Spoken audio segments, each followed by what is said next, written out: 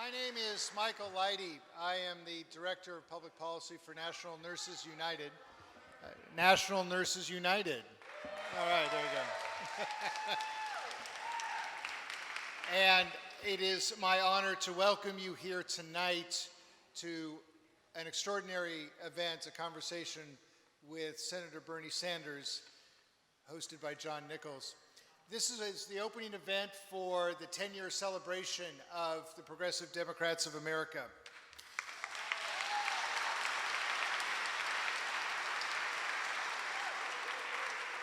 It's my honor to serve on the PDA Advisory Board, but there can be no greater honor than to open this weekend in the memory of Tim Carpenter.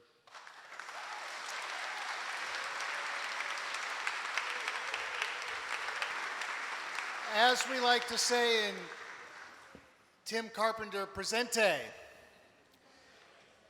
we are going to turn the old maxim around. We are going to mourn and we are going to organize. Because Tim would not want it any other way.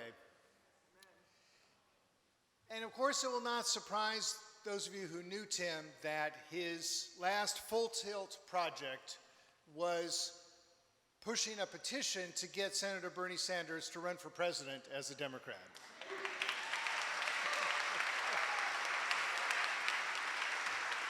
We'll have a lot of time this weekend to talk about the issues that animated Tim's lives, that are central to the transformation of our country toward justice and equality. And we'll have opportunities to talk with each other. But tonight, we start with two of the leaders of our movement, of our progressive movement, and that the values and the passion that Tim dedicated his lives to are those of the extraordinary senator from Vermont.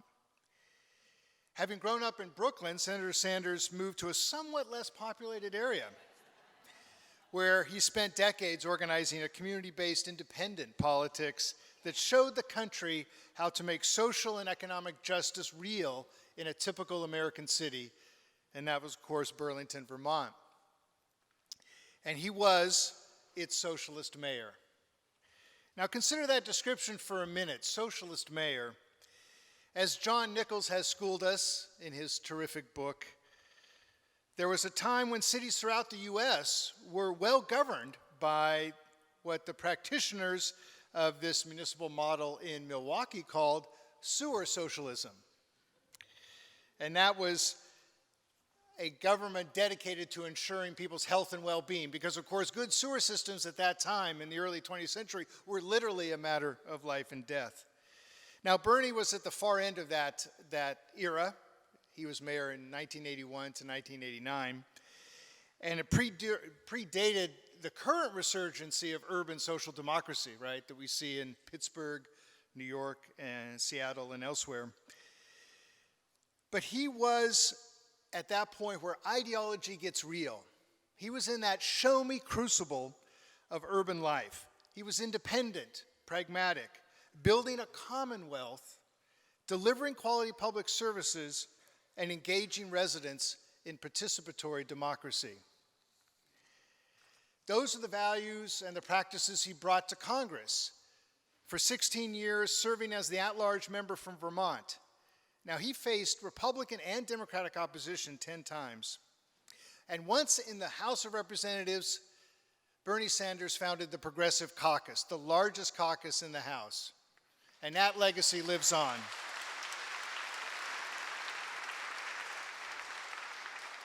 You might say it takes a socialist to show Democrats how to be progressive.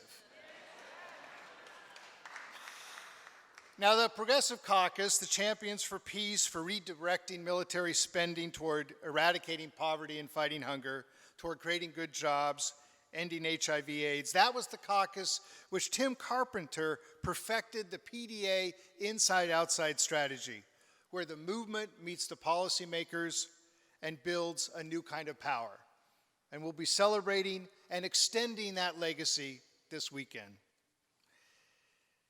And now Bernie Sanders represents the great state of Vermont in the U.S. Senate and millions of other Americans as he takes on the banks, fighting the corporate money that tries to take over our politics, and demanding single-payer health care. That's right. And most importantly, Bernie remains committed to delivering on the promise of government, that it can be a force of good to address the needs of working people, to expand Social Security for a secure retirement, to eradicate poverty, and to make the wealthy pay their fair share. Like the mayor he was, Senator Sanders is the progressive who delivers for ordinary people, the ones who built this country and who gave of themselves to defend it, because he is chair of the Veterans Affairs Committee of the United States Senate, where he works tirelessly for a responsive and humane system for veterans. My union represents Veterans Administration nurses, so we know the struggles he takes on when he deals with those issues to improve that system. And with him, we fight for single-payer health care. We know the challenges he takes on.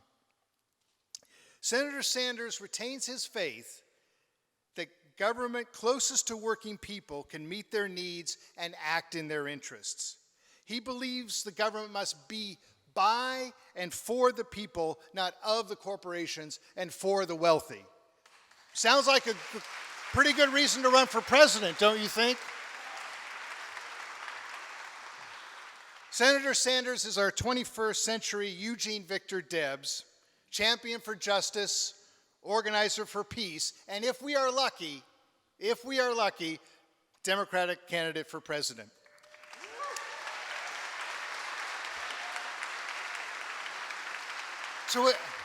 To introduce Senator Sanders and carry us through tonight's event and conversation is the intellectual guiding star of our movement, John Nichols.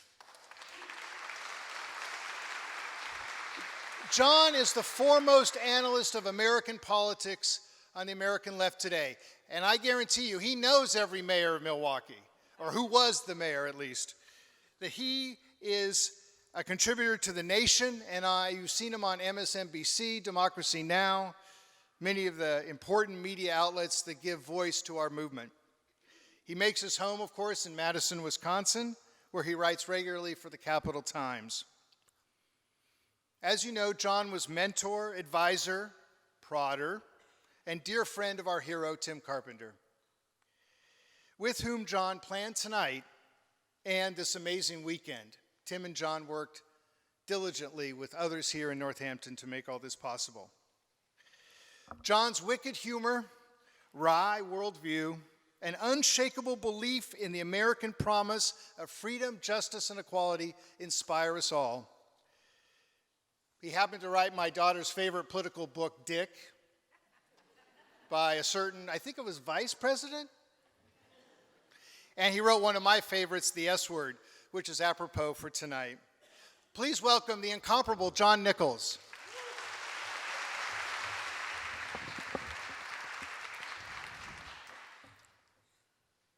Anybody who knew Tim Carpenter knows that Tim always overestimated. Tim always imagined that he could take the biggest room in town and fill it. And I just want to thank you tonight for proving Tim Carpenter right. Look around at this crowd here this evening. This is fabulous. What a wonderful, wonderful testament to Tim Carpenter. I do not read from documents when I'm in front of a crowd of people very often, but I want to read a short bit from the introduction to Leaves of Grass by Walt Whitman. And Walt Whitman said, "Not nature, not swarming states nor streets and steamships, not prosperous business, nor farms, nor capital, nor learning may suffice for the ideal of a man." Tim Carpenter, who we will honor over the next 2 days, Tim Carpenter showed us what the ideal of a man could do for a country. And I just want to say, they've talked about me helping to put this together. This was Tim's dream. And Tim said one thing to me at the start of the process. Now, we kind of blew the schedule a little bit because the point was that Tim was supposed to be here. But Tim said, my great hope is that as we gather, we can have a sit-down, a serious conversation with the man who Tim thought should run for President of the United States in 2016. It was Tim's dream that Senator Bernie Sanders would come to Northampton to meet with the people of Northampton. And Tim did pass away. But he passed away knowing that Senator Sanders had accepted his request and had come to be a part of this dialogue. Not someone giving a speech, but someone interacting with progressives to find out what they think as much as what he has to say. Brothers and sisters, there will be no greater honor to Tim Carpenter than the gathering we have tonight, and you are a part of it. You are such an important part of it. And let me give you one more line from Walt Whitman before we welcome Senator Sanders.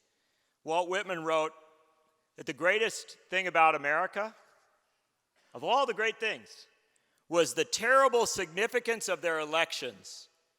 The president taking off his hat to the people, not they to him. I know, that's pretty good, isn't it? The president taking his hat off to the people, not they to them. When I cover American politics in the spirit of our dear friend Tim Carpenter, when I look for those who don't ask the people to take off their hat to him, but who takes his hat off to the people, I think of the senator from the neighboring state of Vermont, and I am proud to welcome to our stage this evening, Senator Bernie Sanders. We get ourselves as comfortable as we can tonight. Senator, you may want to get that microphone where you're comfortable. We are in Northampton, Massachusetts, and decided to find a nice middle-of-the-road town. Senator, I want you to know that in the crowd tonight is Frances Crowe. And Frances Crowe is 95 years old. She's right over there.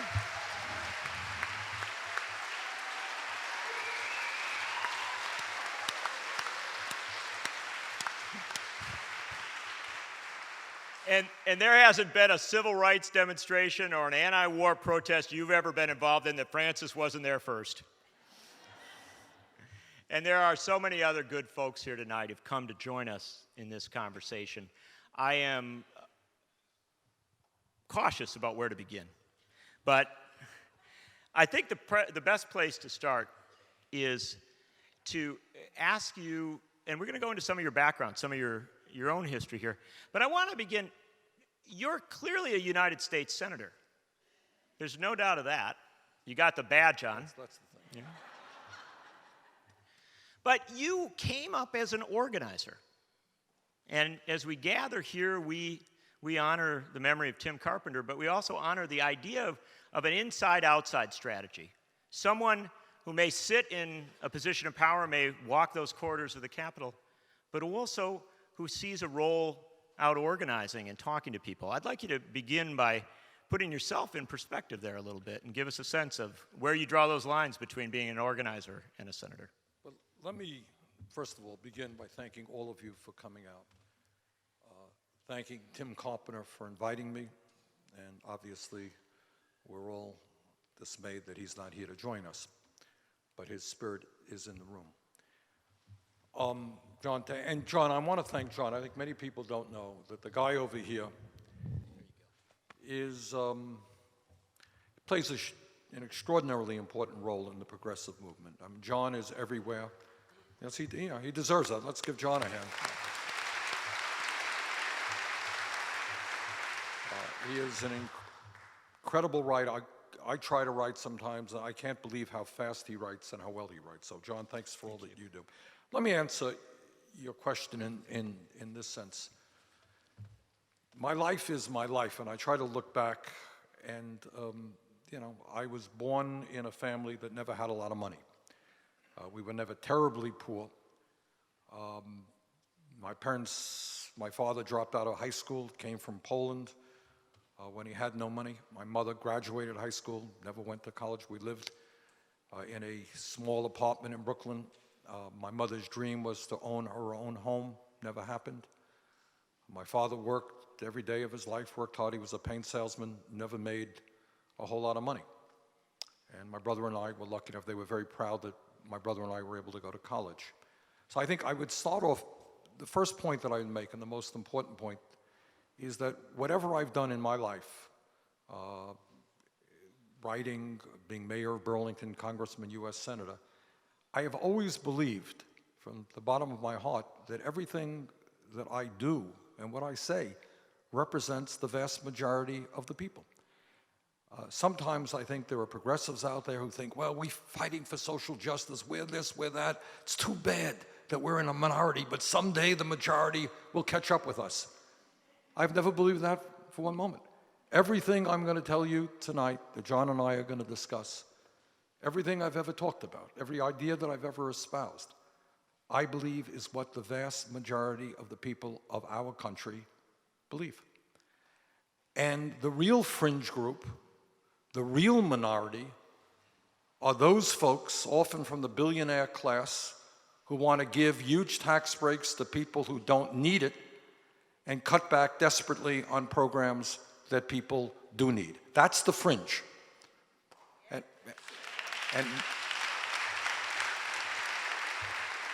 so when I was elected mayor of Burlington, what did we do? How did we run the campaign? We just went out to the community, went out to the low-income community, and we said, look, city government is not addressing your very serious needs. We went out to parents and we said, is the city government doing enough for the kids in the community? And one of the people who came out on that turned out later on to be my wife, Jane, who's sitting over there, and later became head of our youth office. And we talked to the workers, the employees in City Hall. And we said, do you think you're getting a fair shake from local government? They said, no. We said to the women in the community, do you believe that City Hall has been opened up to women? And they said, no. And we talked to the environmental community, and they said, no, we're not doing enough. And you add all of that up, you know what you got? You got the vast majority of the people. Now, does every one of those groups agree with every other group on every issue? They don't. And the first point, when we talk about organizing, that we have to understand is that within this room, there are people who have a whole lot of differences. So what? That's life. As my wife will tell you, she and I have a lot of differences. Probably some of you and your spouses and partners may have differences. But the important point is not what divides us, but what brings us together.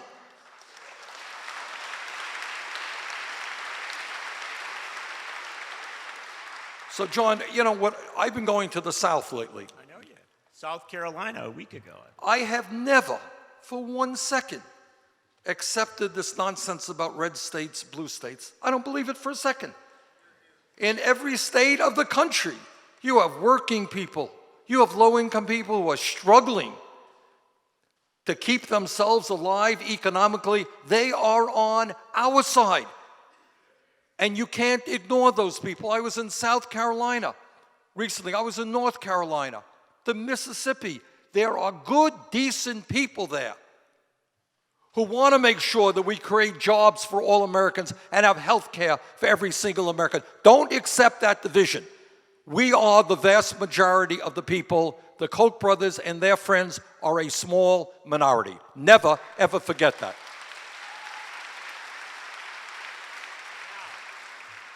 Before we take you down the road of the Koch brothers, and we have some wonderful people in this room who've been doing all kinds of organizing on issues that relate to money and politics. But I want to take you back a step. You mentioned that you were born in Brooklyn. Yep. and raised in a working class family. You went to the University of Chicago with Milton Friedman, I assume. Yeah. Me and Milt. Yeah, and well, he's starting to look like a liberal now. But you went to the University of Chicago, and this is something I've known you for a long time. I've covered you in a lot of settings. I didn't know until the 50th anniversary of the March on Washington that you had gone to the March on Washington, and that you had actually been, even before it, kind of organizing back there in Chicago. So that made me wonder, when did you go progressive on us? That's a good question. Where did that come from? That is a very good question, and I wish I could tell you there was some profound event. I think when I was growing up as a kid, and I should tell you that my parents were Democrats, but they weren't politics. They voted Democrat. But politics was not an important part of their lives. My brother got active in groups. He went to Brooklyn College, and I learned something from him. But it's interesting when you talk about the University of Chicago, where I did go. When I went there, I was really quite overwhelmed. And it was a very difficult place for me to be there, because I was around a lot of kids whose parents were doctors and lawyers and business people and everybody else, and it really was difficult to fit in. And I would tell you that in my experience, I hesitate to say this here near the campus of Smith College, but most of what I learned was off campus. I became involved in the civil rights movement with some wonderful people in Chicago. I got arrested as part of the effort to desegregate the schools in the city of Chicago. We were then active. Some of you who are my age may remember CORE, Congress on Racial Equality. You remember that? Mm-hmm. And what we did in Chicago, we worked with our brothers and our sisters in SNCC in the South. We tried to get them some money, but we also organized in the South. We took on segregated housing, segregated schools. And I will never forget walking down, I think it was 57th Street in Chicago, putting up little posters announcing a meeting against police brutality. And I'm putting it up, and I'm putting it up. Little did I know there was a police car right behind me taking them down. And the officer stopped me, and he showed me the leaf. He said, "You put them up?" And I said, "Yeah." And then we went into the outside agitator and all of that stuff. But I learned during that period, we worked in the Student Peace Union, learned a little bit about foreign affairs, got involved in the Young People's Socialist League, learned a little bit about democratic socialism. So I would say, and spent half of my life reading in the basement of the Harper Library. They were an excellent library.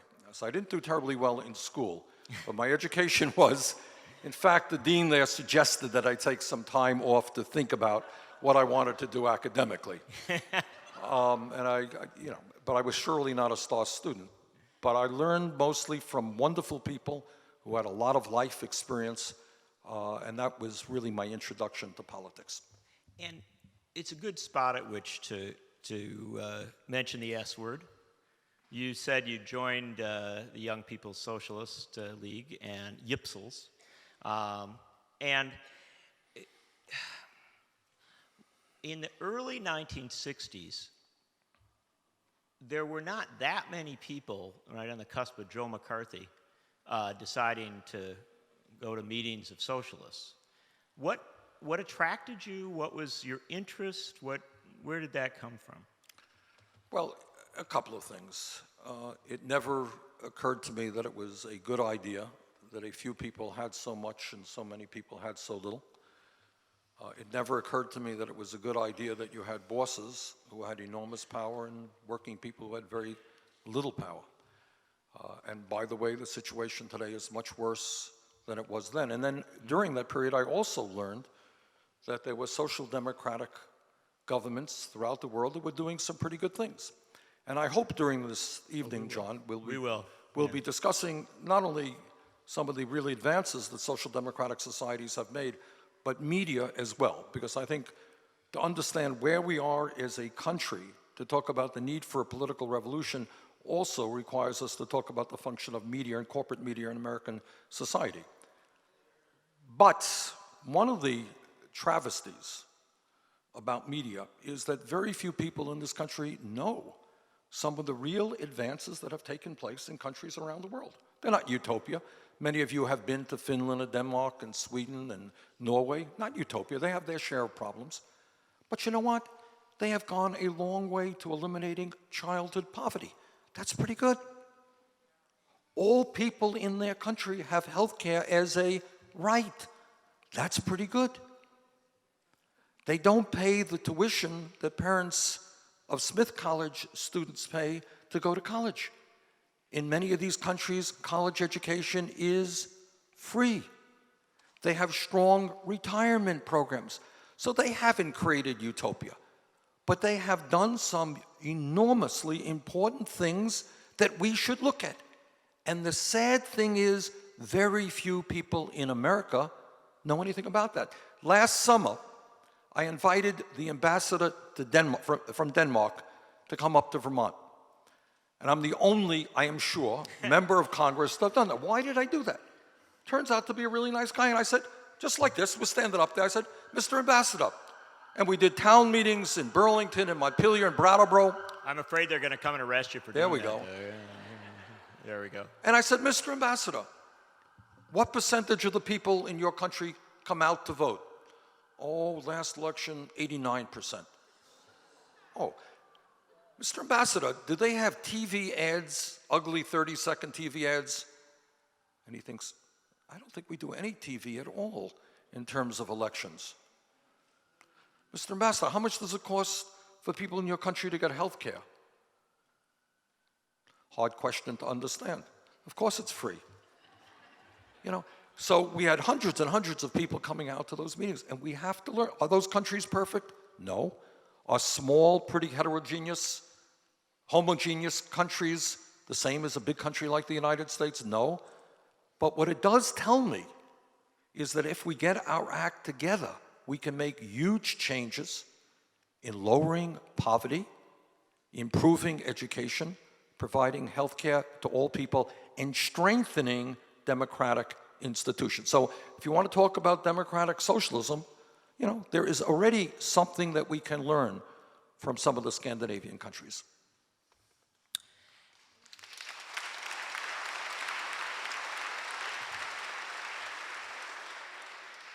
Now, there's a good chunk of political pundits in America.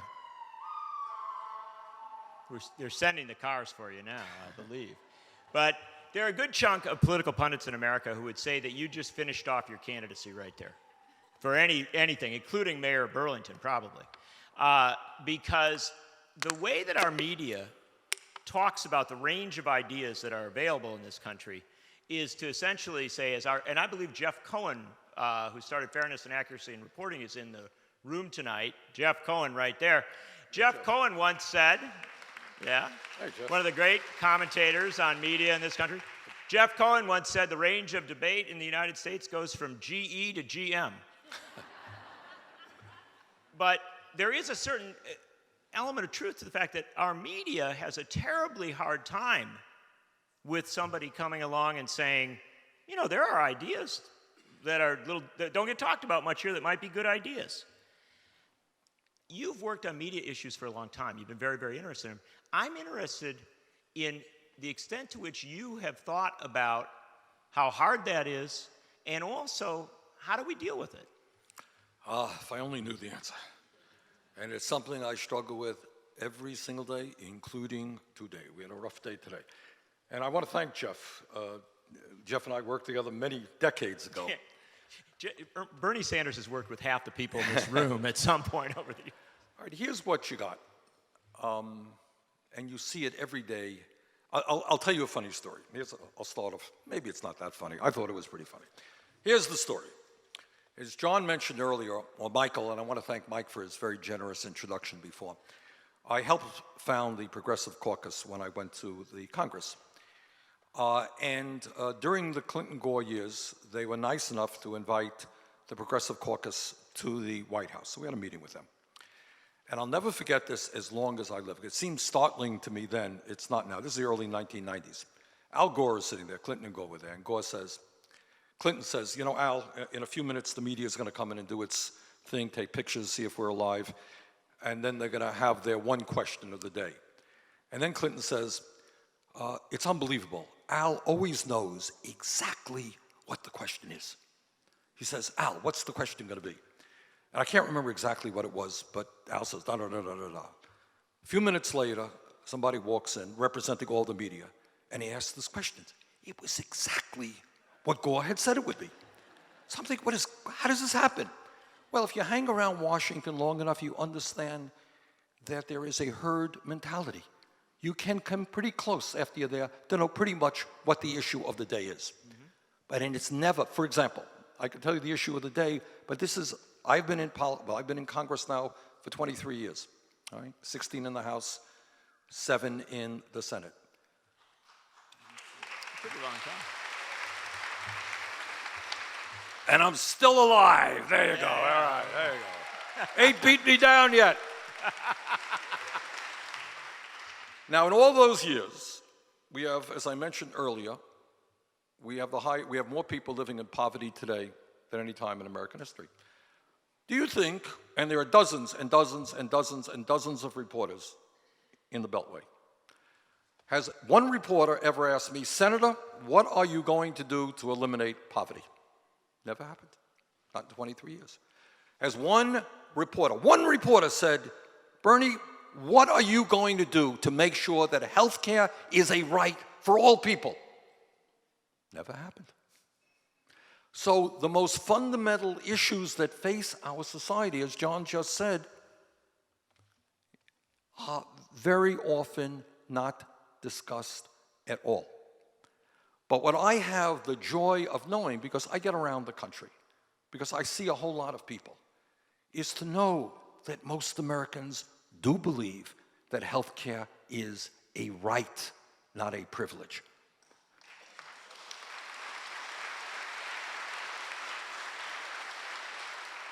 So my point is, and I can, if you wanted me to bore you for hours, I can go through this. We had to take on, should I bore you for a few hours? All right, here we go. You made the mistake of coming, you're going to pay for that mistake. Give you an example, all right? And John, you can shut me up whenever you want. We'll go on to other matters. All right.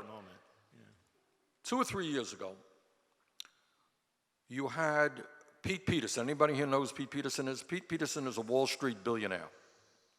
And he has an obsession with trying to cut Social Security. That's been his lifelong obsession. He has spent hundreds of millions of dollars trying to cut Social Security, hiring a lot of front groups and so forth and so on. We had every Republican in the United States Congress saying, we need entitlement reform. They don't have the guts to say we should cut Social Security. They call it entitlement reform.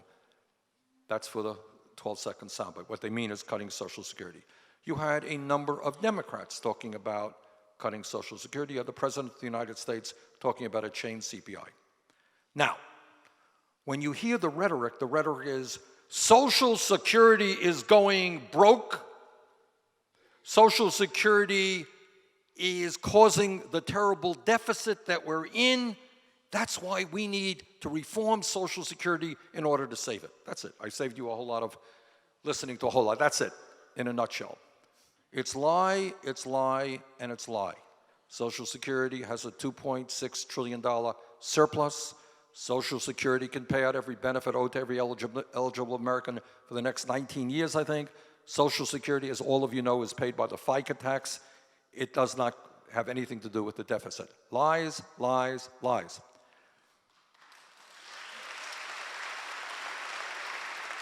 But here's the good point. Here's the good point. We were taking on Pete Peterson. You remember Bowles and Simpson? Oh, yeah. Bowles is a Wall Street Democrat, Simpson a right-wing Republican, and they came forward and said, we need this so-called chain CPI, which is a fancy term for cutting Social Security. Everybody believed we should cut Social Security. Some of us started a caucus in the Senate called Defending Social Security. We worked with senior groups. We worked with the veterans groups because they were going to be impacted by these cuts. We work with women's groups because women would be hit harder than men. We work with disability groups. We got the word out that these folks were not telling the truth. And do you know what happened? Today in the United States Congress, nobody is talking about cutting Social Security.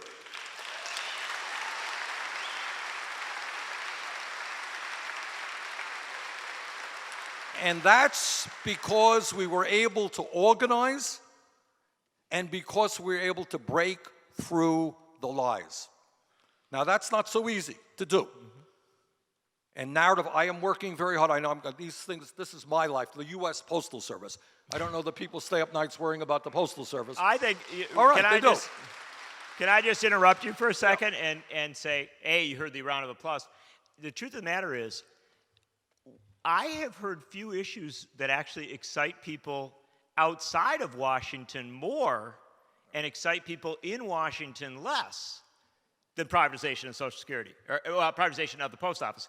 And what strikes me about it is that gets to the heart of our problem, because you can talk and talk and talk about it, and you come out here and get a round of applause for it, but you have a terrible time not just with the media, but also with even your fellow members of Congress kind of getting through to them sometimes on this issue. Well, sometimes. But let me talk. What I want to do now for a moment, and maybe I'm going off too far, one way or another here, but I want to talk about media narratives. I suggested Social Security, that was the narrative. It was a lie. Every 3 or 4 months, you're going to see front page stories, U.S. Postal Service going broke. Email has replaced first-class mail. Social Security deeply in debt. We need Postal Service reform. That's what you read every day. Is that true? No. And again, I know everybody is not staying up nights worrying about the Postal Service. Here's the point. This year, the Postal Service, in terms of operating profit, will make close to $1 billion in profit. More money will come in than will go out. What's their problem? In 2006, under Bush, there was a requirement that they have to put about $5.5 billion a year, pay out 75 years of future healthcare retiree benefits in a 10-year period. The only entity in the United States, public or private, maybe in the world, that has that burden. If you take away that burden, they're making $1 billion a year. You know it, I know it, there's virtually nobody in the corporate media has made that point. So narrative after narrative, Social Security, it's the postal. Right now we're dealing with the Veterans Administration. I'm chairman of the Veterans Committee. Let me tell you some news. The Veterans Administration provides very high quality health care, period. Is it? It's not perfect. It is good quality health care according to the veterans themselves and according to a number of independent surveys who have looked at it. It's not perfect. It runs 151 centers. Today, 200,000 veterans get health care through the VA.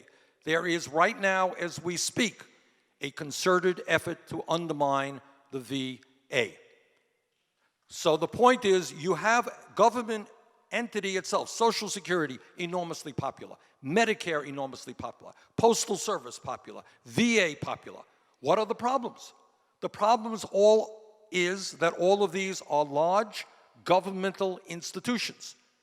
And you have folks out there now, Koch brothers and others, who want to radically change the nature of society and either make major cuts in all of these institutions or maybe do away with them entirely.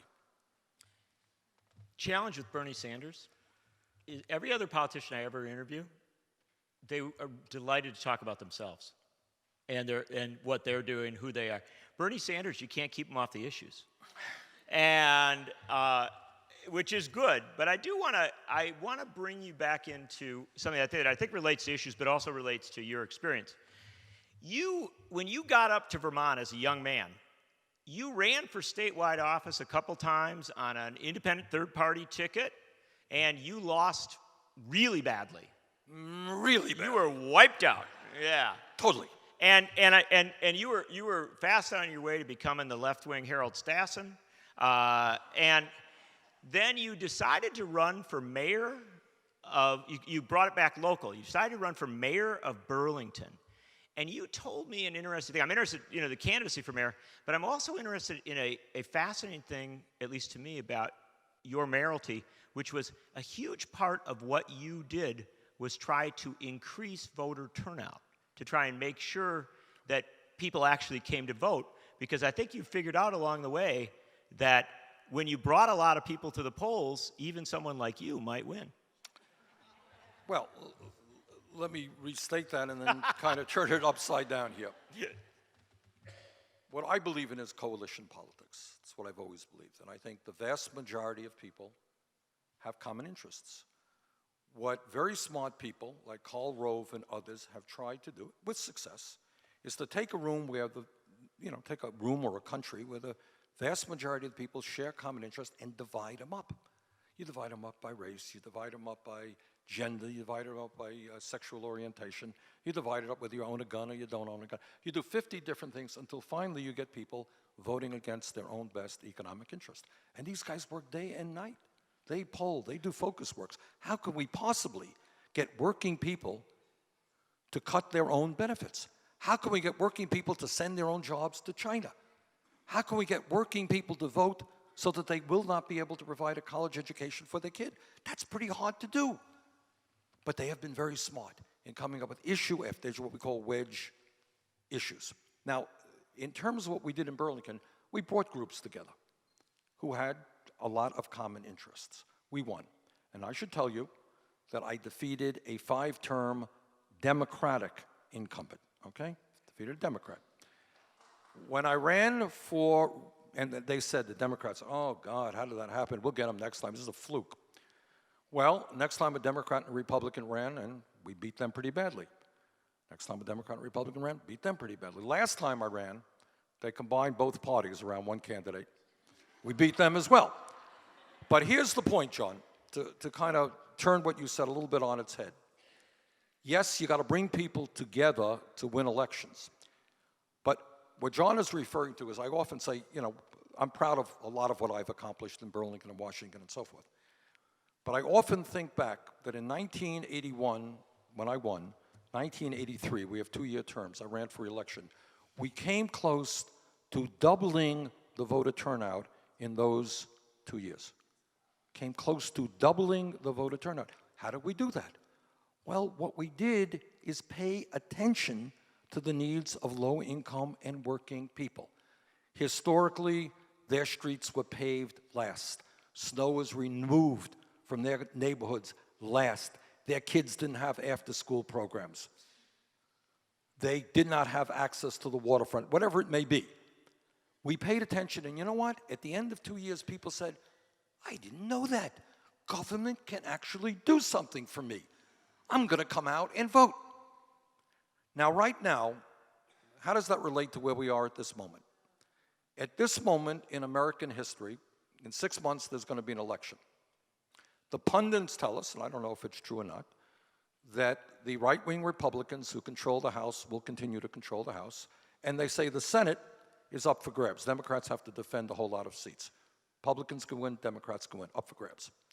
What they also tell us, that in this coming election, voter turnout will be approximately 40%.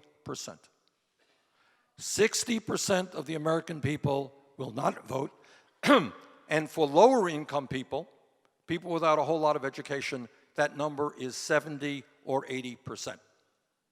Got that? So you're living in a quote-unquote democracy where for working people and low-income people, 70, 80% of them are not going to participate in this enormously important election. If the voter turnout in this election went from 40% to 50%, Democrats would regain control of the House and gain seats in the Senate. The problem they face is that tens of millions of people do not know, do not care, have not been led to believe that government can work for them. So to answer your question in a very long-winded way, what we showed is that government can work for people, and when people see that, then they're going to come out to vote.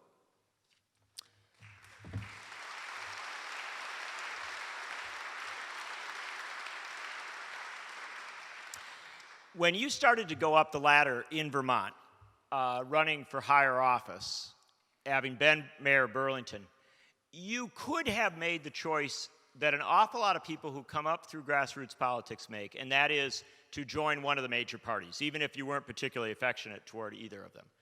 You chose, remarkably enough, to keep going forward as an independent, as someone who is not affiliated with and would not take the nomination of either party. Why did you choose to do that, and why do you continue to identify as and choose to run as an independent? Well, let me say this, and it says a lot about my state. My state had the courage, and it was not so easy, to send me to the House and then the Senate, making me the longest-serving independent in the history of the United States Congress.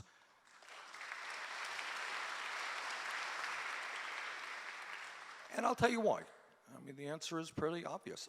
You have heard, and as we talk, you'll know what I believe. Clearly, the Republican Party has become a right-wing extremist party, in my view. I have not much in common with that. And the Democratic Party is kind of a split party, as I think you all know, too. There are some, I know a lot of the guys in the House, and I know the people who are in the Progressive Caucus. You have people who are really working day and night, 7 days a week, fighting for working people. They don't get on NBC or CBS every day. They are, so don't, when anyone tells you there's nobody in Congress working hard, that's just not true. Keith Ellison or Al Grijalva or Pete DeFazio or many, many others. Maxine Waters, you got a lot of people out there who are working really, really hard. But at the end of the day, if you ask me, does the Democratic Party itself in its totality represent what I believe? Are they vigorous enough in standing up for working people? Are they tough enough in taking on Wall Street and corporate America? The answer is no. And I have felt it easier to be honest with the people of the state of Vermont, saying, well, look, I caucus with the Democrats. There's some great Democrats there.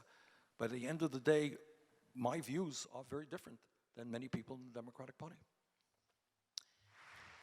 And this week, I should say, you, to some extent, showed how you were different, not just from a lot of Democrats, but frankly, from a lot of people in the United States Senate. Because when the new head of the Federal Reserve came to meet with and report to your oversight committee, you asked her if the United States had ceased to be a capitalist democracy and in fact had become an oligarchy.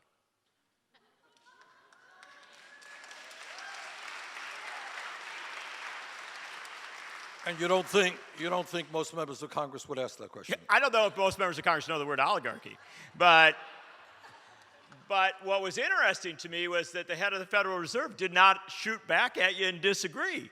And it was, to my mind, one of the more remarkable exchanges in the recent history of our Congress. Not overly covered by the media, by the way, but I'm interested in what, if for nothing else, I would say that kind of justifies the 23 years in Congress. Well, look, here's what I said, and I know Yellen a little bit. And, what I said is this. Look, when you have the kind of wealth and income inequality that we have in America today, and that is the top, in terms of wealth, top 1% owns 38% of the financial wealth. Who knows what the bottom 60% own? Who wants to guess? 5? 2.3. This guy's cheating. He probably went to my website. Yeah, I did. All right. So you got the top 1% owning 38% of the financial wealth. The bottom 60% own all of 2.3%. Now, you don't see that on NBC or ABC too often. And for obvious reasons. In terms of income, in the last few years since the Wall Street collapse, 95% of all new income has gone to the top 1%. Okay? So the people on top doing phenomenally well, middle class disappearing, more people living in poverty than ever before. Then, on top of all of that, we have our friends in the Supreme Court who recently decided that corporations are people through Citizens United and through McCutcheon. So that means that the billionaires now can spend as much money as they want on the political process. So, if you look at the income and wealth inequality that we have, where so few have so much and so many have so little, and you look at the political process where billionaires are now capable of spending hundreds and hundreds of millions of dollars to buy and sell politicians, you tell me, are you living in what should be called a democratic society, or are you living in an oligarchic form of society? I think you are, and that was the point that I made. And that is, with the exception of climate change, another unbelievable issue we have to deal with, or else the planet doesn't make it. But in terms of domestic politics, the question of whether or not we can take on the oligarchy and build a strong middle class and build a democratic society where the average person is delighted to participate, feels empowered, rather than sitting home and allowing the billionaires to rule. That is, to my mind, the central issue of our day.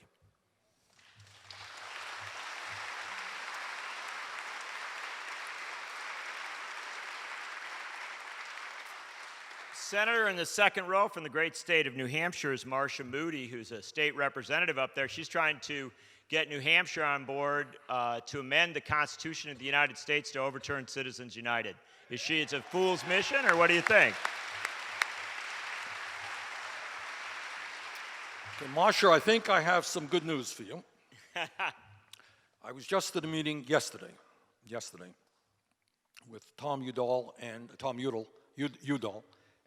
a public citizen and some other folks. And what I believe will happen within a couple of months is I have a constitutional amendment. Tom has one. There are a number of them out there. We're going to come together around one amendment with good, strong language. It is going to come to the floor of the Senate, I believe, within a couple of months.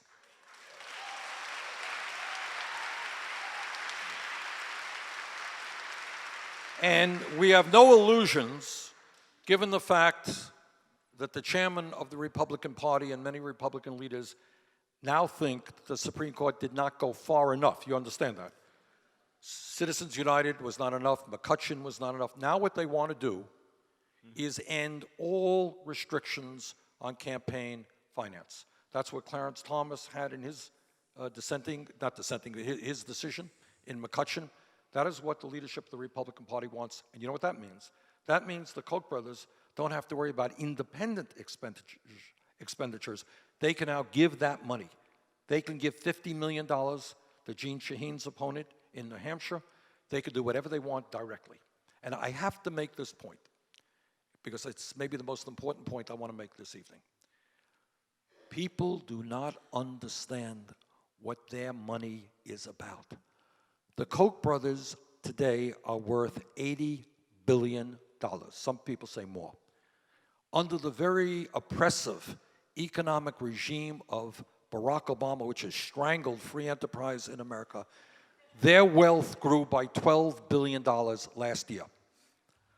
Obama and Mitt Romney in the last presidential election each spent a little bit more than $1 billion on their campaigns.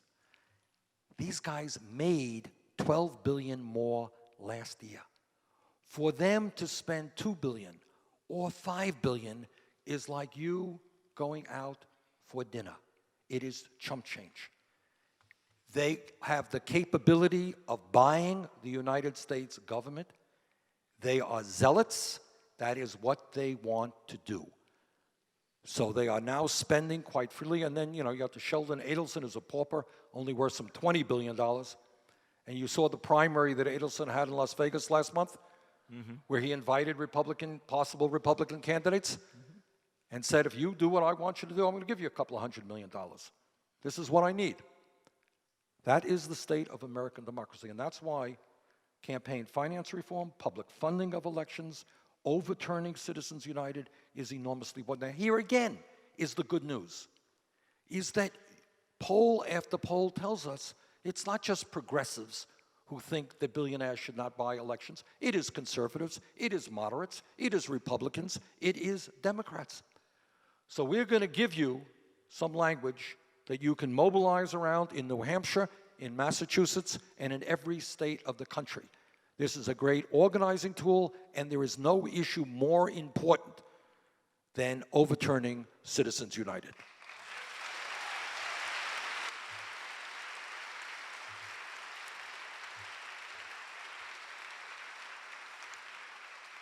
I'm going to throw you two more issue questions, and then I'm going to take you into some political strategy here.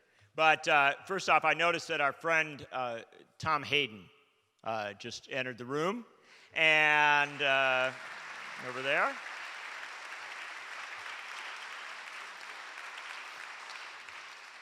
And Tom would ask you about a dozen different questions, and maybe will over the next couple days.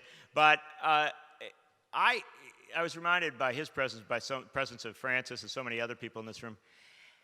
You talk about takeovers of our government. You talk about influence on our government. Isn't there a reality that Dwight Eisenhower was onto something when he spoke about a military-industrial complex and its dominant role, not merely in foreign policy, but also in domestic policy, by diverting so much of our resources to an ever-expanding military budget and to, conflicts that you have often been a rather lonely critic of?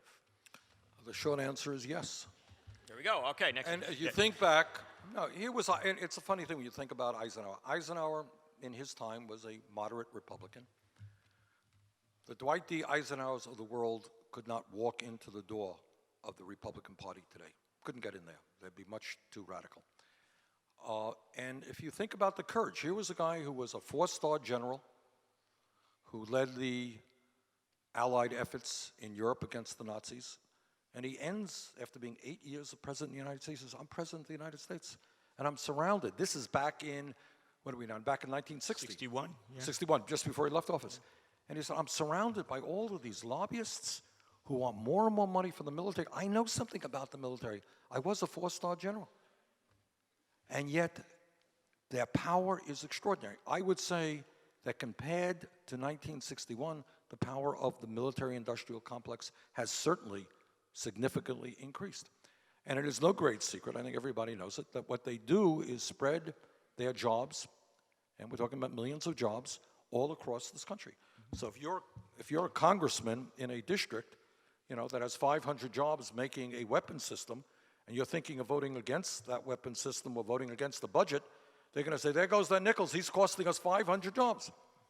And they do this, very thoughtfully. They know what they're doing. So they are a, very, very powerful force.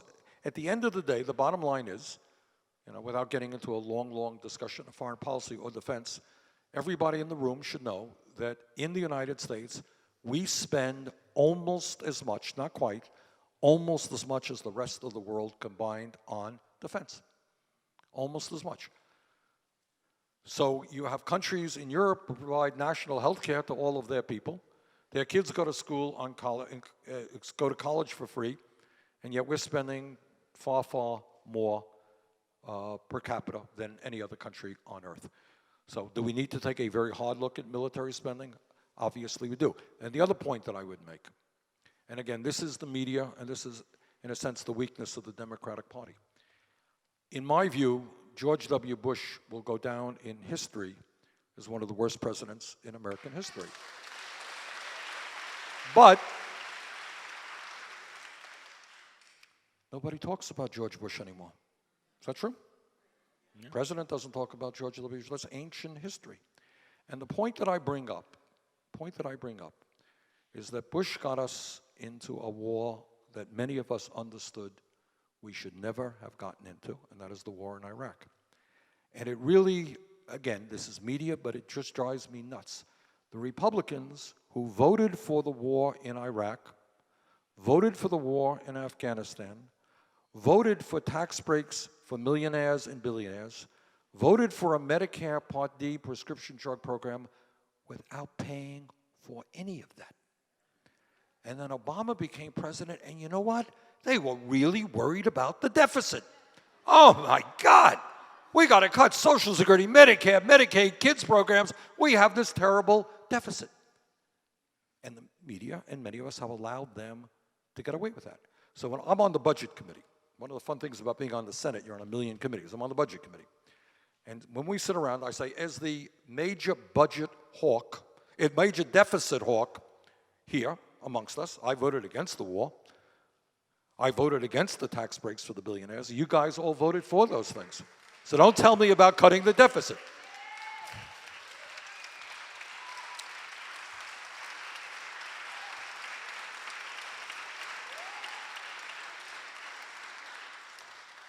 Senator, you are enormously popular with librarians.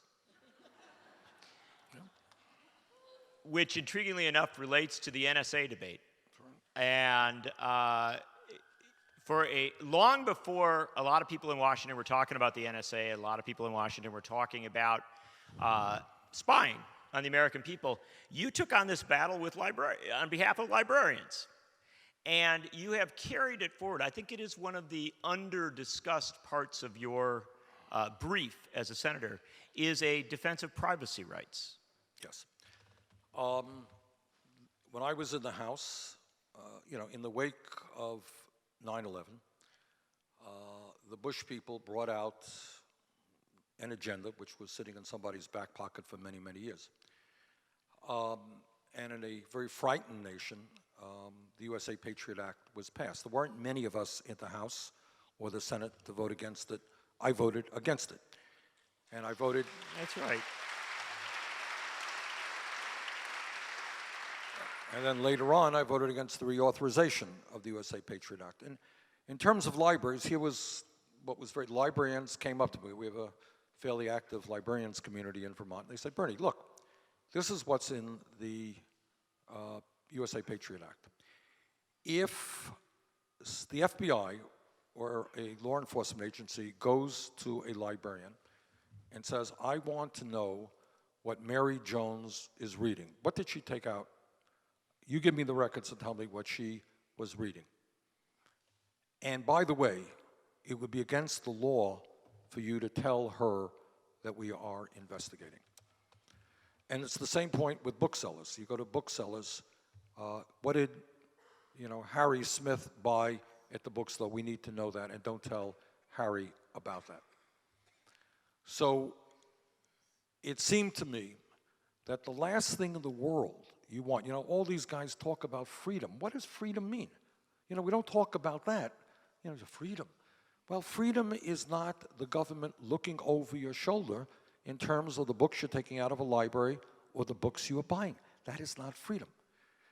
To me, do I believe that there are folks out there who are would like to do damage to the United States through a terrorist act? I do. Do I believe we have to be strong in protecting the American people and other people around the world? I do. But I absolutely believe that we can do that without undermining the constitutional rights of the American people. It's as simple as all that.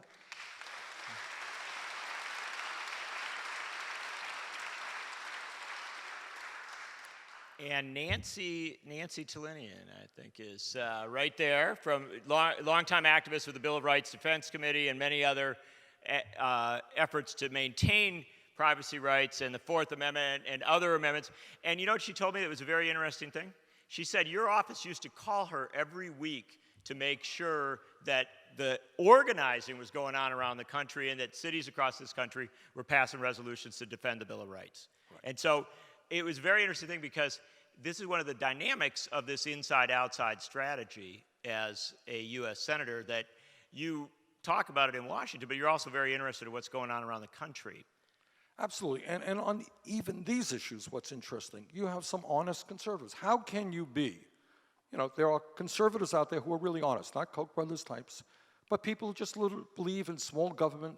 Leave me alone, I'll leave you alone. I don't want the government getting involved in healthcare, education, all that stuff. Okay. Well, how can you possibly defend a small government position and have the United States collecting data on every phone call that you make or the books that you read? That is not... And this is an opportunity, I think, to develop some alliances with some honest conservatives out there. So many other issues. Oh, by the way, Seattle just did a $15 minimum wage. Is that okay by you?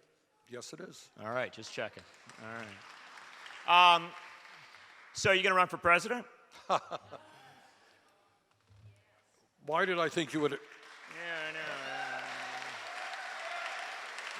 no, let me just... Yeah, I wasn't going to bring the issue up, but there's a woman in the second row there, and she took the Bernie Sanders for U.S. Senate pin, and she worked over the bottom and put president on. So I thought I better ask you. Well, let me be honest and to say, tell you what I have said when I'm asked this. And that is, very, very honestly, I am enormously proud. Just, you can understand it. I am an independent, and I I love my state, I love the people of my state, and I'm enormously proud to represent them in the United States Senate, and that's the simple truth. And I think that anybody who wakes up in the morning who really wants to be president of the United States is a little bit crazy. Because the problems facing this country are so enormous, and the opposition of the billionaire class is so powerful, you gotta be a little bit nuts to do that. But this is when I also wake up in the morning. I mean, I take this stuff, I dream about this stuff. This is 24 hours, 7 days a week for me. It's always on my mind. It pains me very much. Again, my dad came to this country, he loved this country. Not a political guy, came here at the age of 17 without a nickel in his pocket, and ended up being a very proud American because it gave him opportunities he never would have had in Poland. And millions, your families often have the same story. A great, country which God knows from slavery on has had very serious problems, but also a country of huge promise and hope, a country that has been for a long, long time the envy of the world, people coming here, looking to America, our ideals, our economics, middle class, all that. And it pains me very, very much in terms of what is happening in this country, the collapse of the middle class, the gap between the very rich and everybody else.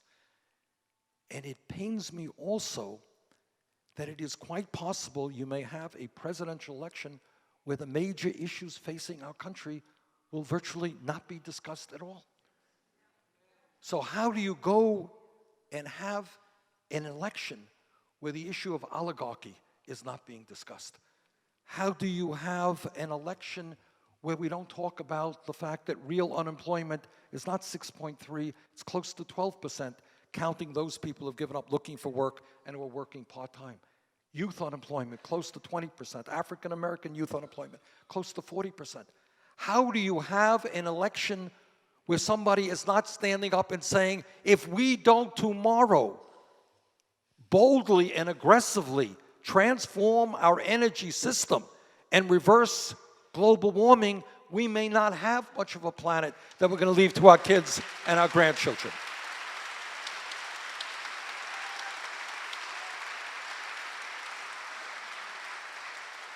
Those issues and many more that all of you know.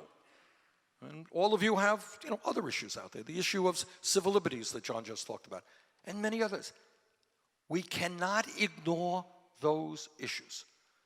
So what I have said is, on the other hand, what I understand is that running for president of the United States is very, very serious business.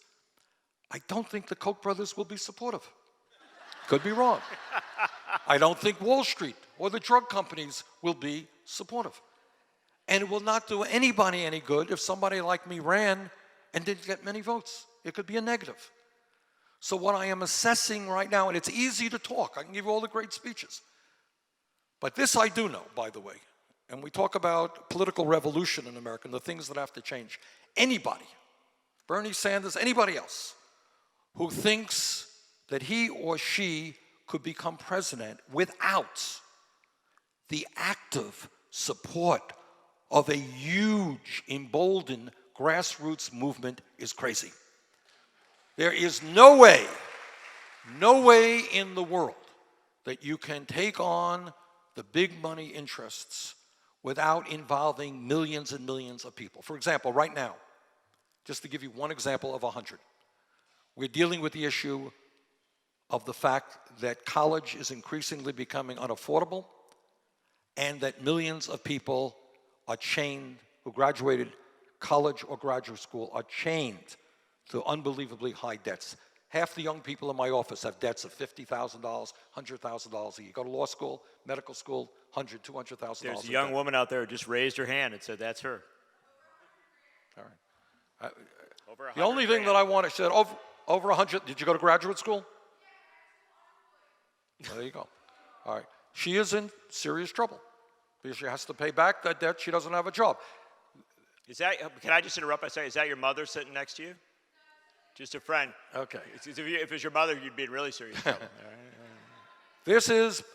This is young people all over this country. Now, the point is, we're going to bring up legislation soon. We are not going to get the Republicans, I think, to support it. Do you know how we change that? You know how we deal with your debt? You and a few million other young people march on Washington, make the politicians aware of what is going on.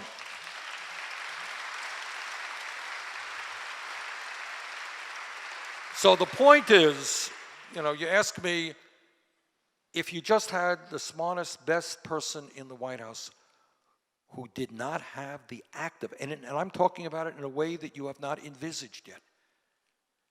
No president, no progressive president can succeed unless there are millions and millions and millions of people actively involved in the struggle every single day. If anybody in this room thinks, well, gee, I hope Bernie runs for president, I'll vote for him, I'll support him, I'll send him $25, and I'll wish him the best of luck.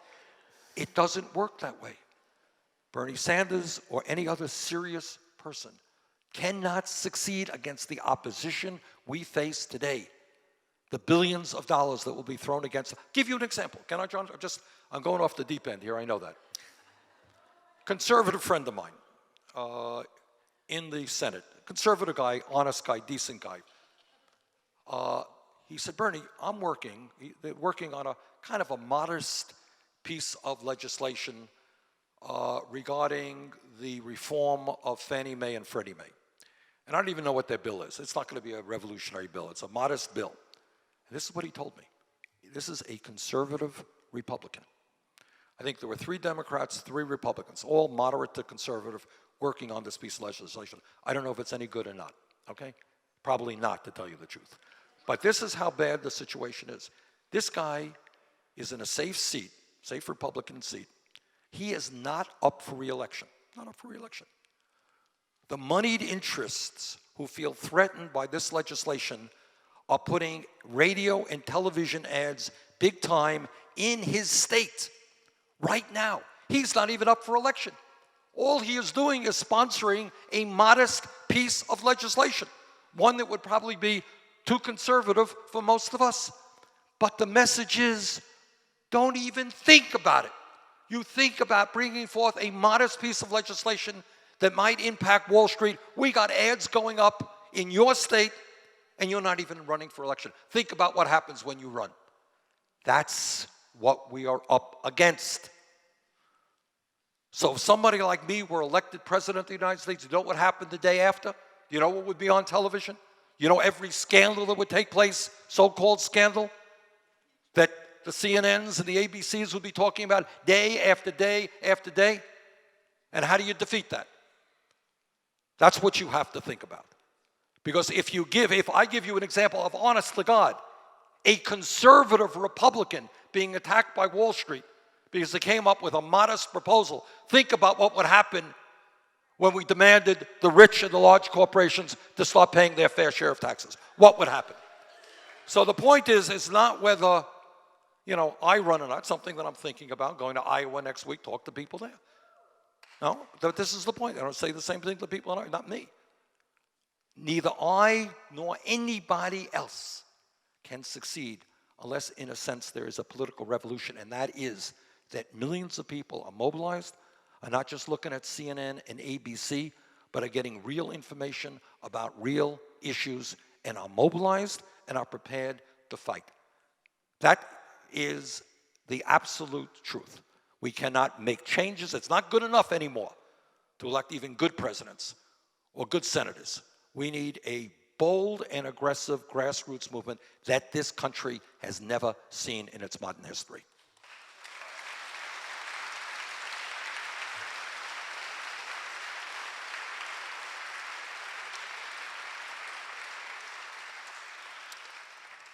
Anybody got a question for the senator?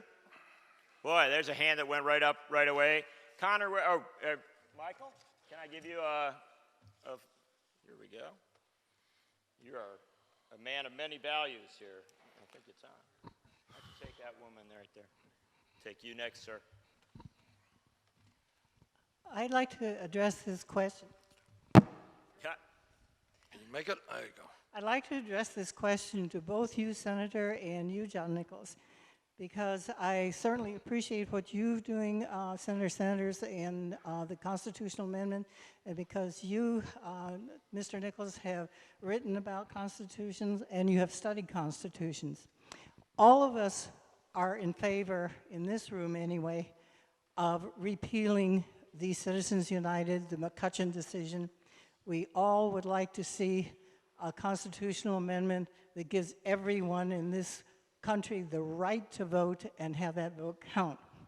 However, we do know that there are 16 states so far that have come forward and want a constitutional convention. I just read an article in Governing Magazine by Mr. Kettle, and he says there are 20 states that want the conservative agenda to come forth, such as requiring the United States to have a balanced budget and giving more opportunity for gun rights protections, and also to repeal marriage equality. So my question is this: if they reach the goal of 34 states ahead of the progressives, will they have delegates that absolutely control the convention, or will the progressives also get to introduce their amendment suggestions? I think talking about what you're talking about is a constitutional convention. And I would have great trepidation about that. I don't think it's going to happen, and I don't think it should happen. I think our goal should be, and there are, I don't know if we're talking about the same thing, there are some 16 or 17 states that have gone on record in wanting to overturn Citizens United. That's not a constitutional convention. That is a constitutional amendment. And as I said earlier, we're going to come up with a constitutional amendment. It's going to get a vote in the U.S. Senate. It probably will not get 60 votes, but it'll get 50 some odd votes. It will not pass in the House, but it will give the American people something to rally around. So I'm not in favor of a constitutional convention. I am in favor of a constitutional amendment.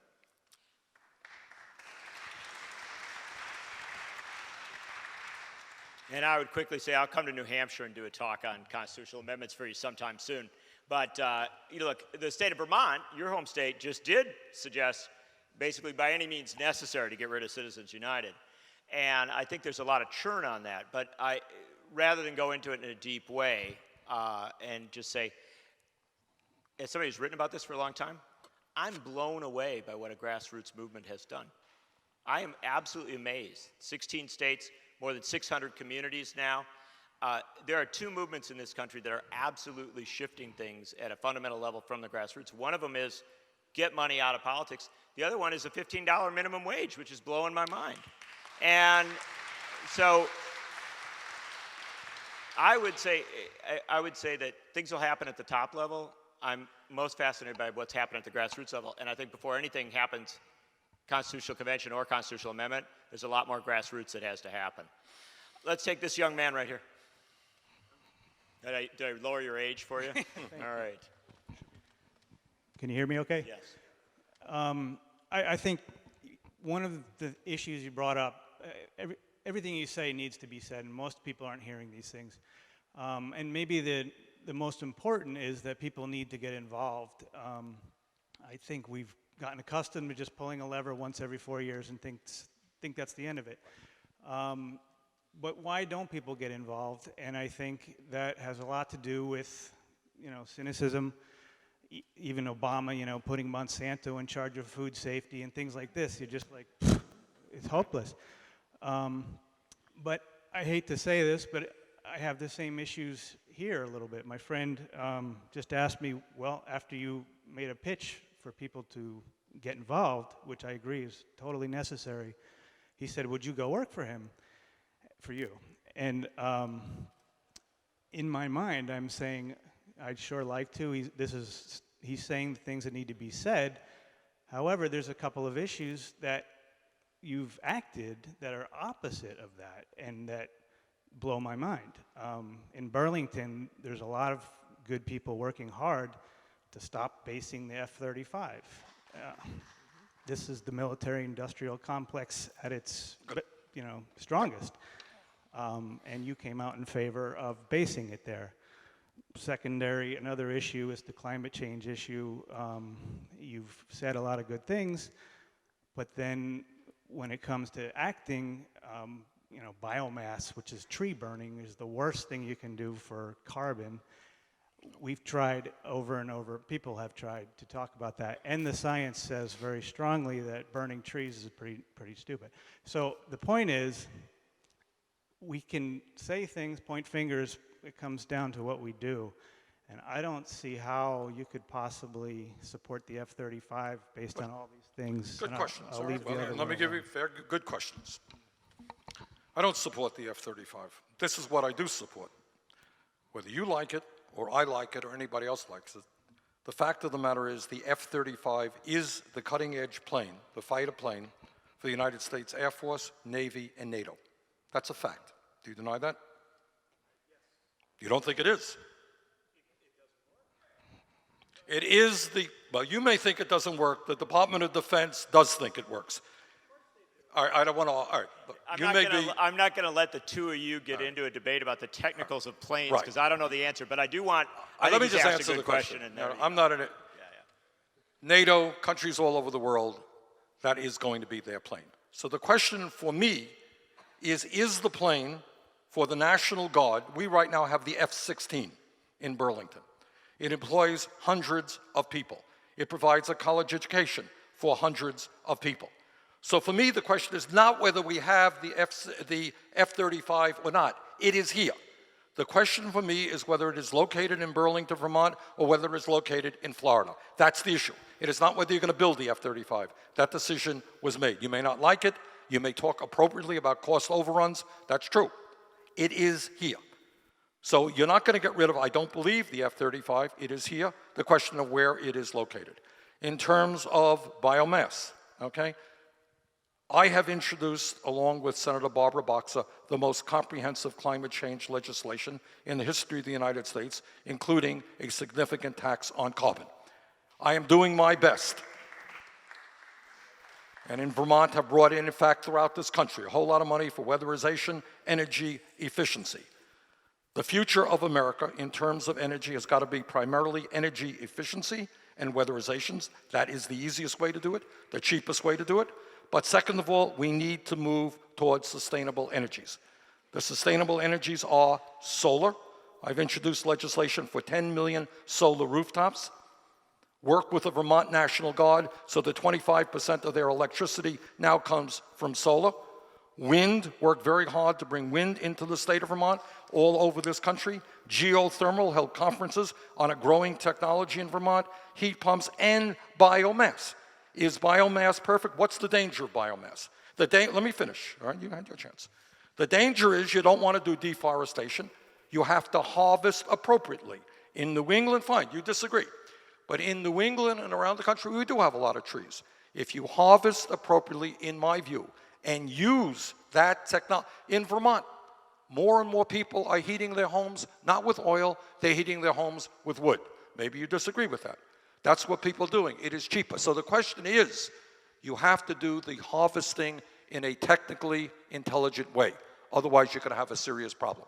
But I do believe that biomass is one form of an alternative to oil. But last point, this is my last point and the more important point. You disagree with me on the F-35? You disagree with me on biomass? Therefore, you're not going to participate. Up. Let me finish. Let me finish. And it's not just you.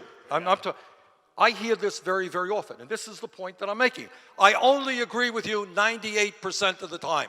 Not good enough. Well, I disagree. I respect your different point of view. Okay, that's my view. All right.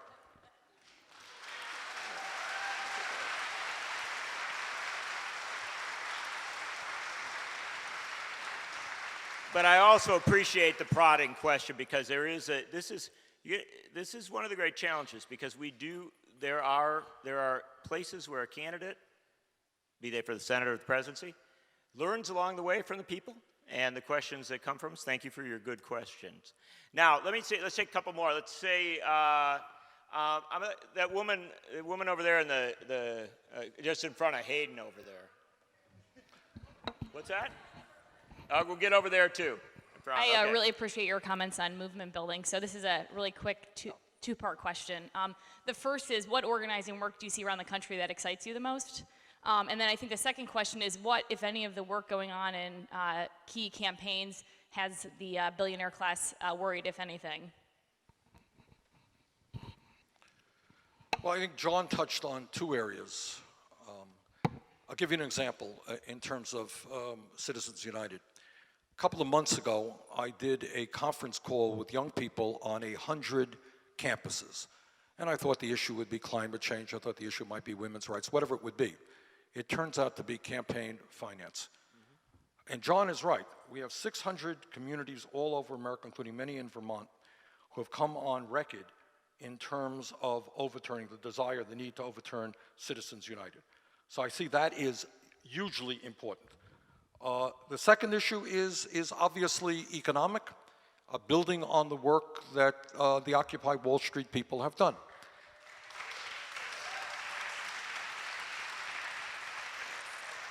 And right now, I think the focus is on raising the minimum wage. There was a minimum wage vote in the Senate a few weeks ago. We got one Republican to support it. We needed 60 votes, and we missed by 5 or 6 votes. But all over this country, on the ballots, in state after state, are efforts to raise the minimum wage.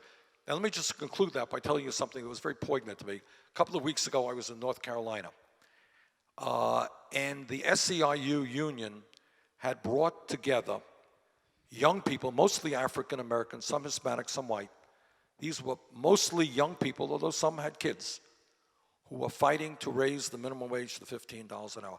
And how incredibly brave these young people were in the South, in rural areas, standing up for a decent minimum wage just inspired me, and I think it will inspire you as well.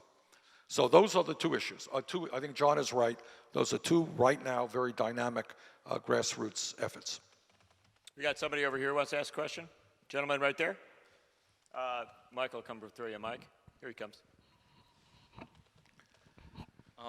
So I was wondering that could the big problem with the military-industrial complex and excessive costs be solved without losing the jobs by returning to the federally run armories that exist in this country since its founding until Reagan shut them down in the 80s? Well, I think, good point. I think, Let me come off him for one sec and say that having written a book about Dick Cheney, Dick Cheney's great mission as vice president was privatization of so much of the military and really making it into this huge profit-making operation for a lot of big companies. Just to come off what I think what you're giving us there. all right, just first of all, I'm a very strong supporter of the National Guard, which is what you're talking about, I think, right? Why is that? Because the National Guard is there 365 days a year, and with climate change, you're going to probably need them more to deal with a variety of emergencies, floods and tornadoes and everything else. So I think your point is well taken, that we should buttress up and support and strengthen the National Guards around the country.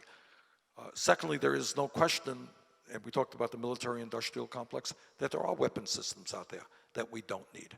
There are nuclear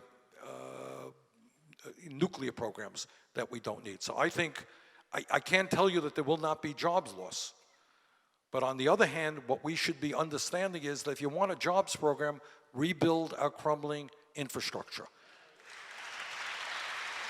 Yeah, a little more. He has one more element he wants to. What do you got? I was talking more about like the Springfield Armory, those federally run arms manufacturers. Actually, have it done by the government rather than the private sector. I'm just not, I apologize, I'm not familiar enough with that issue.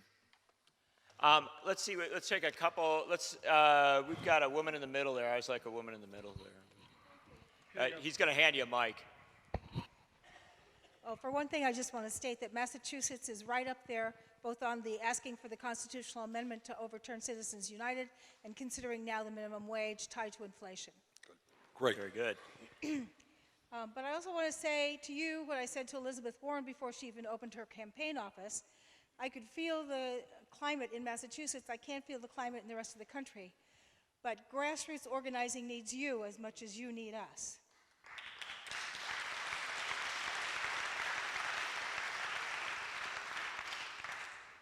Somebody has to start it. And it's going to take something we've never seen before, and I can't think of anyone more capable than you. Thank you.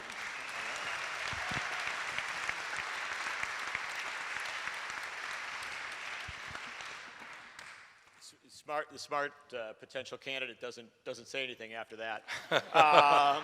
Thank you, is what I'll say. Although I will, let me prod for 1 second. Then we'll take a couple more questions here. And I promise you, we won't keep you here all night. Although this guy will stay all night and answer your questions. Well, but no. one thing that's kind of lost to your history, or at least not always known to everyone, is you were actually a very enthusiastic supporter of Jesse Jackson's candidacy for the presidency in 1988, the Rainbow Coalition. And so you have seen what comes of running a dissident presidential campaign. What did you learn from that Rainbow experience, but also what could you do differently? Because, at least to my view, unfortunately, Jesse Jackson didn't quite make it to the presidency. I would say that Jesse Jackson's role in history has not been fully appreciated. You know, he gets criticized for this and criticized for that. But the fact that we had an African American running in Iowa, standing next to farmers, white farmers in Iowa, bringing people together all over this country was no small thing, no small thing. And he did it in Vermont as well. And you know what I remember mostly from his campaign, and I'm an independent, and for the first time in my life, I supported Jackson. And he was on the ballot in Vermont, and I went to the Democratic caucus. And I got slapped in the face by a woman. She was not happy about my presence in the caucus. But Sorry, was this because you were an independent? yeah, because she didn't think I should be in that room at that time. But Jackson's role, Barack Obama would not be president of the United States if not for Jesse Jackson's campaigns back then in making Americans aware that you had black leadership that was capable of being president. And I thought he ran a really strong campaign, bringing together the economic issues, the social issues. No, I think it was very, very impressive, historical. So is your...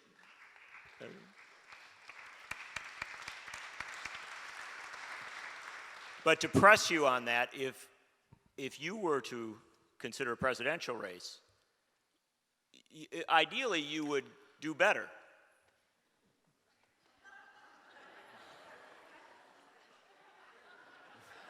Gee, John, you know that. You figured that out, yes? Yes. Are the times more serious? Are the issues more pressing?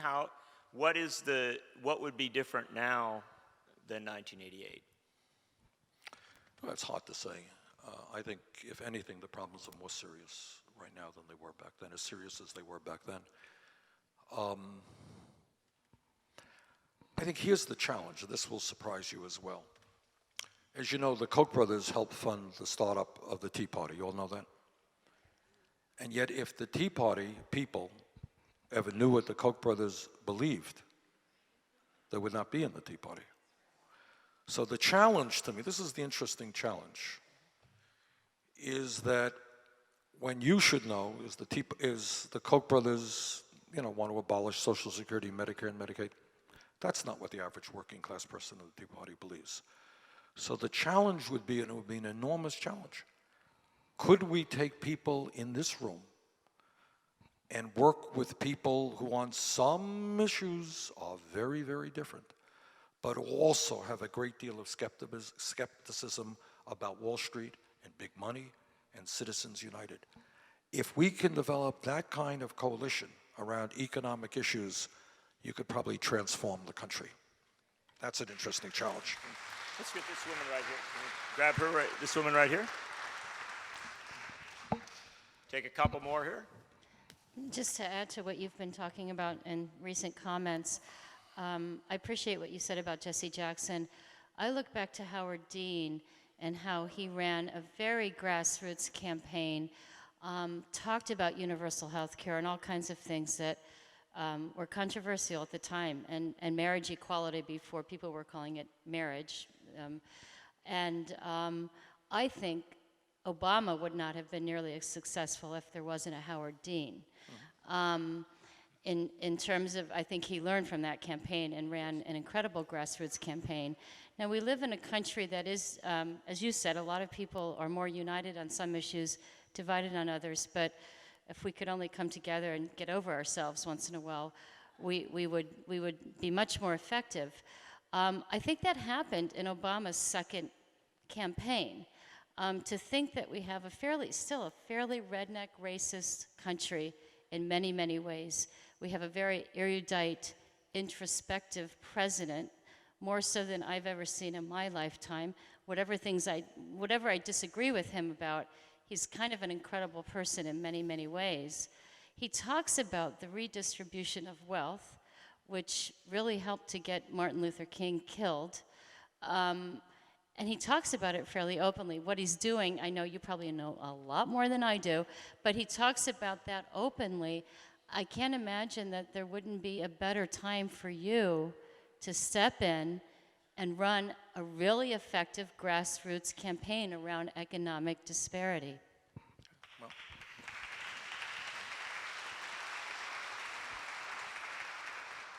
Well, I mean, clearly if I did run, you heard me tonight, that would be the issue. When I talk about the facts of income and wealth distribution, the fact that 24 hedge fund managers last year made more money than 425,000 public school teachers. Who in America think that makes sense? Very few people. So I think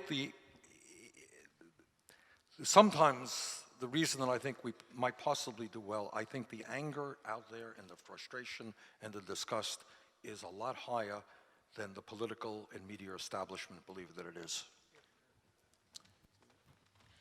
Let me, I'm looking around, we're getting a little bit later in the evening, and so as I look, I see that woman right there. Maybe one more after Yeah, that woman right there is, I think, yeah, you got a microphone coming your way. One more after Yeah, I got you.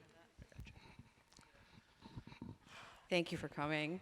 I found out, I'm one of the younger folks here, I guess, and I found out through a friend of mine who's also a teacher at the middle school here in Northampton, and she was mentioning that she wanted more young people to come out, and so I was like, what? Bernie Sanders is in Northampton? Anyway, my question is about, I'd like to hear you speak about the connection between income inequality and poverty and public education and how that ties into like race to the top and then, you know, all of that stuff and pretty much what are your thoughts on that as far as where we can go from here? Okay, in 2 minutes, here goes. Clearly we need a fundamental rethinking of education. Probably at the first level, you know what we need to do is determine that education and intellectual activity is actually important.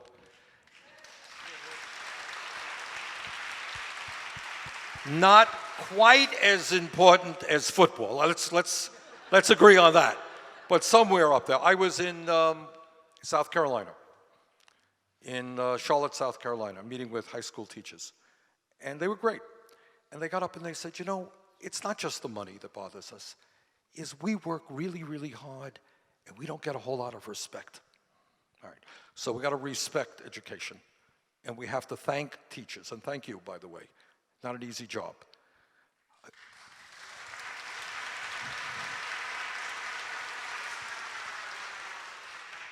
And this is also what we have to learn. Every psychologist who ever studied the issue tells us that the most formative years of a human being's life are what? 0 to 3. And you know what we pay child care workers in this country? We pay them lower than McDonald's workers. They don't have health care. They should be some of the best paid. When you talk about a revolution in America, if you believe in your kids, those should be some of the best paid, best trained people in America.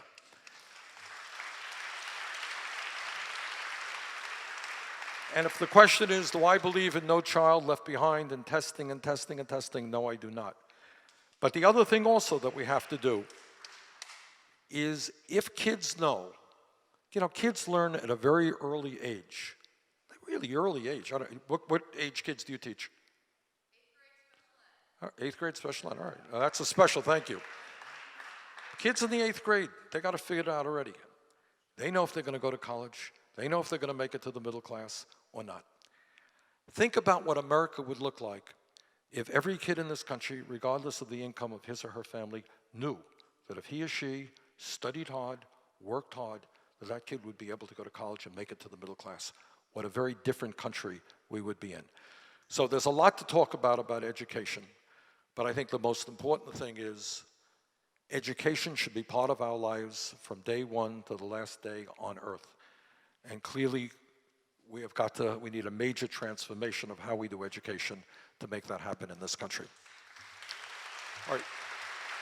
John, Senator, now, we have gone through a couple hours tonight, and folks have been wonderfully patient and asked some great questions. I want to circle us around to one thing, and I'm going to bet this is a question you still don't have an answer to. Maybe you do, though. When I interviewed you a couple months ago, about this possibility, and you said you were pondering a presidential run, you said at that time you were not sure whether you would run as a Democrat or an independent. Have you sorted that out yet? Nope. Still working on it? Well, let me just very briefly deal with that. All right, here's the issue. What's the advantage of running as an independent? The advantage of running independent is right now, most people in this country do not have a lot of faith in either political party. So when you say,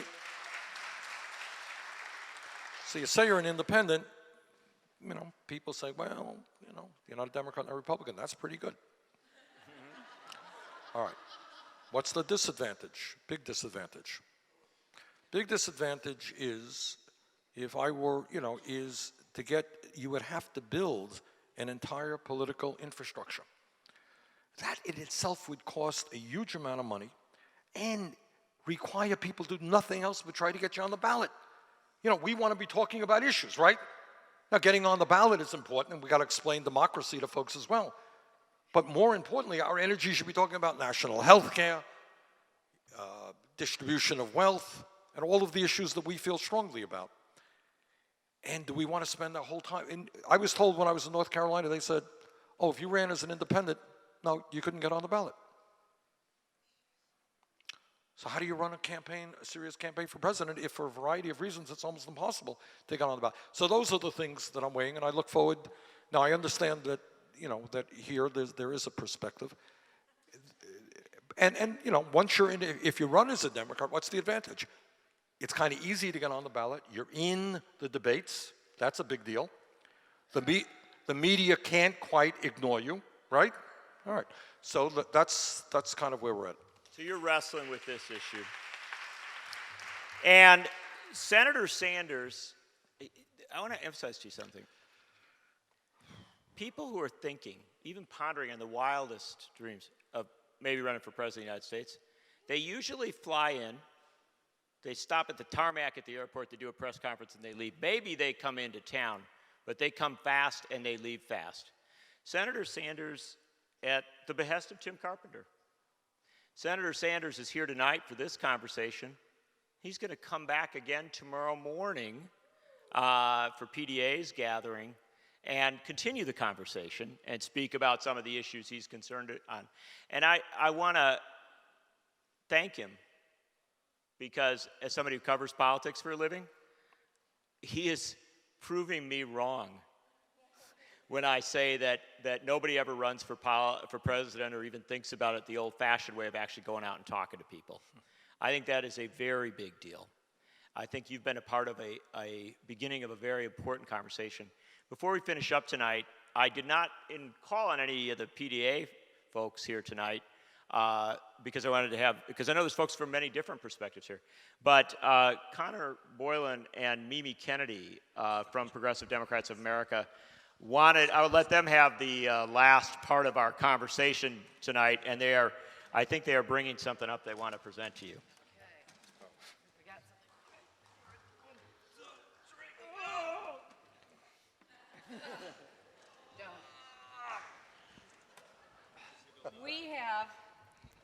We have some signatures because one of the last emails that Tim Carpenter sent around to the staff was He reminded us teamwork, keep it a community, stay strong, and get more signatures for Bernie, 10,000 in building. And so, Bernie, we want you to look in this box and see the signatures. Oh, it appears to be empty. But we have the USB thumb drive with 12,000 signatures.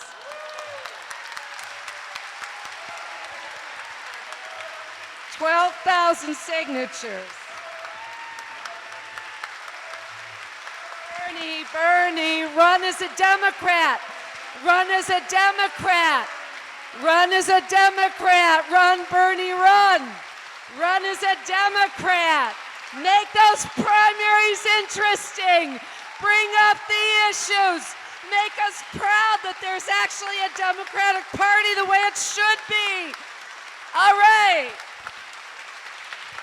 Thank you all very, very much. Thank you.